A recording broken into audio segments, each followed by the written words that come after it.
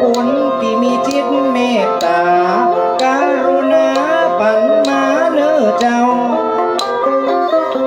คุณแม่ป้าพันก็ปันมานั่นเราจ้างสอลูกเต้าเจ้าอยากขอบคุณ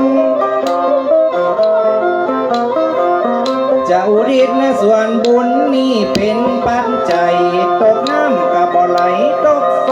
บ่ไหม้เจ้าตามอย่างใดขอใดอย่างนั้น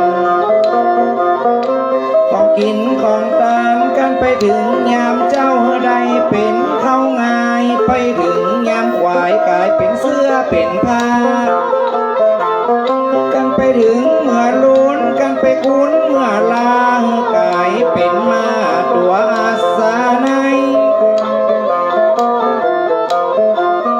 กินไว้ตานไว้บ่ใจหนีไปไหนตกน้ำจะบ่ไหลตกไฟจะบ่ไหม้เจ้าตานอย่างใดขอ